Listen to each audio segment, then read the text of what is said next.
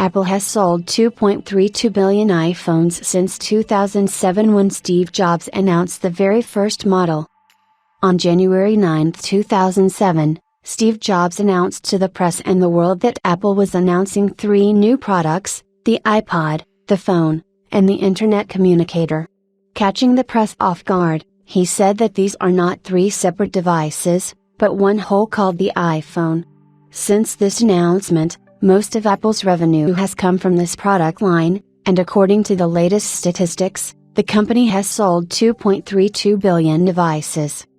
Samsung continues to be in second place after Apple, and has sold more than 2 billion Galaxy S devices. Before the first iPhone, modern phones at the time were characterized by smaller screens, physical keys, and the lack of a touchscreen.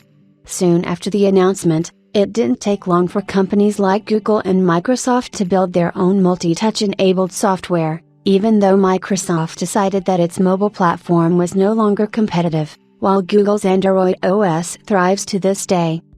Since then, iPhones have only improved, but not without some controversial decisions.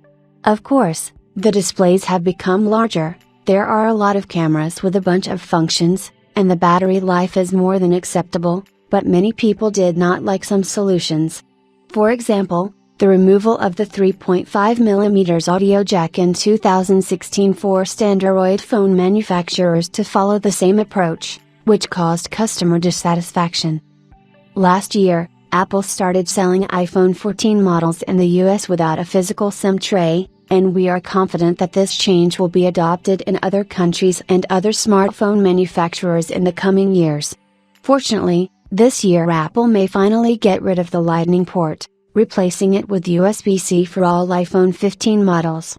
The first iPhone didn't even have a Lightning port, and it relied on Apple's proprietary 30-pin connector to charge the battery. For everything that Apple removed from its iPhones, we also received compensation. For example, emergency SOS via satellite and collision detection can save lives, and Qi wireless charging makes things much more convenient.